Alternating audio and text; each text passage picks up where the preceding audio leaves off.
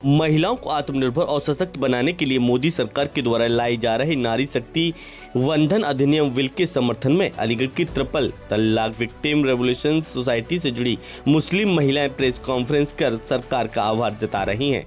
Society की सदस्यों ने इसे महिलाओं के राजनीतिक सशक्तिकरण की दिशा में एक क्रांतिकारी कदम बताया है। मुस्लिम महिलाओं का कहना है कि प्रधानमंत्री नरेंद्र मोदी के प्रयासों से महिलाएं संसद और विधानसभा से लेकर ग्राम पंचायत तक मजबूत होंगी और राष्ट्र निर्माण में अपनी महत्वपूर्ण भूमिका निभा पाएंगी।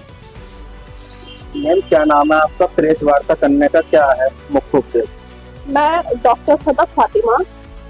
आज हमारा जो मकसद है प्रेस वार्ता का, वो उसका मुद्दा जो है वो है मोदी जी, हमारे प्रधानमंत्री जी ने जो महिला शक्ति बंधन अधिनियम के तहत जो 3 दिवसीय सत्र आज यानी 16, 17, 18 में जो सत्र जारी कर रहे हैं, उस पर हम प्रेस कॉन्फ्रेंस कर रहे हैं।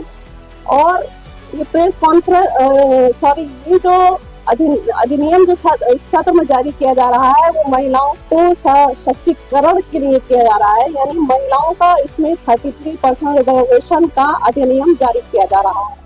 तो हम महिलाओं में इस अधिनियम को जारी होने की इतनी ज्यादा खुशी है, इतना ज्यादा उत्साह है, और हम ये चाहते हैं कि महिलाओं को 33% रिजर्वेशन मिलना चाहिए।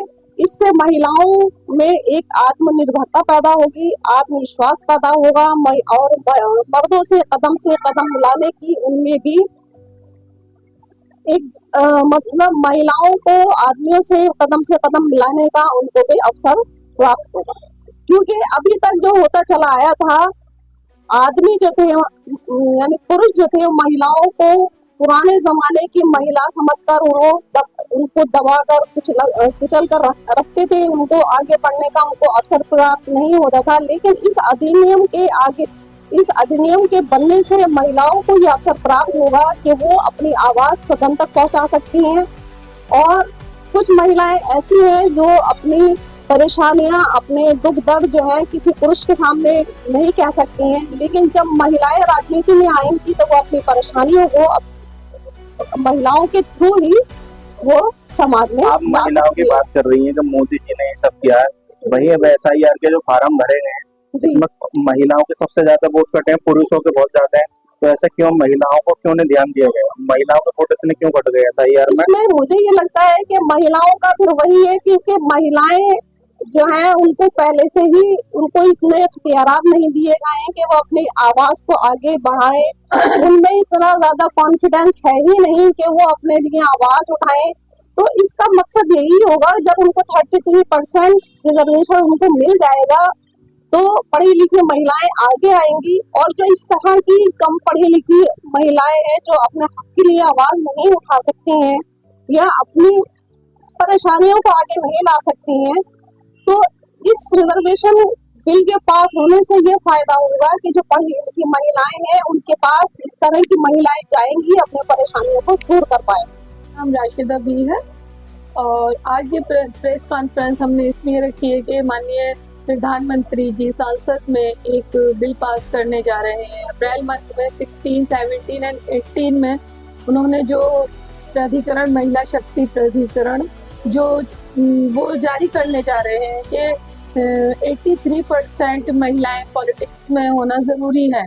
इस चीज के लिए हम लोग बहुत ही तहे दिल से माननीय प्रधानमंत्री जी का शुक्रिया अदा करते हैं और हम बहुत ही इस चीज से खुश हैं कि लेडीज को इतना चांस मिल रहा है। इससे हमारे समाज का बहुत विकास हो सकता है। जो आम लेडीज हैं, जैसे कि आम जनता की लेडीज है, बहुत सी ऐसी रेस्पेक्टेड लेडीज होती हैं जो जेंट्स से नहीं बोल सकती अपनी प्रॉब्लम्स, होता है फैमिली का। लेकिन वो अगर लेडीज ही पॉलिटिक्स में होंगी, MP होंगी, जो है सांसद होंगी, जैसे विधायक होंगी, तो वो अपनी प्रॉब्लम वहां जाके इजीली उनसे शेयर कर सकती हैं और उन्हें इंसाफ मिल सकता है।